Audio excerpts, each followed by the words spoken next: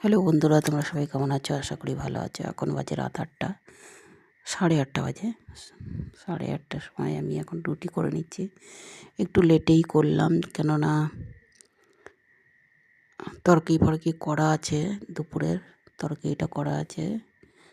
আর ওর বাবার তো খালি দুধ হলেই খাওয়া হয়ে যায়।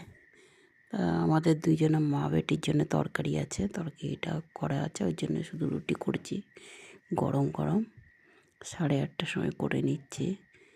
9টার মধ্যে, 9টা 9:30টার মধ্যে খায় আমাদের বাড়িতে সবাই। তা রুটি তো বেশি করা লাগে না, ওই আমি খাই 2টো, মেয়ে খায় 2টো, আর ওর বাবা 3টে ব্যাস। আর কুত্তা আছে 2টো, ওরা আবার বসে থাকে আমাদের আশায় কখন দেব। গেটের বাইরে বসে থাকে বেচারারা এই ঠান্ডার মধ্যেও, দেখেও কষ্ট লাগে। এই মানে যারা পালতু কুকুর, মানে তাদের কত যত্ন, আর এই আবারা কুকুরগুলোর কত কষ্ট এই ঠান্ডার মধ্যে। দুটোকে খেতে দেবে, তার দৌড়ে বসে থাকে, দেখেও কষ্ট লাগে। সকাল বিকাল 3 বেলা আমি যে কবার খাই ওদের দেওয়ার চেষ্টা করি।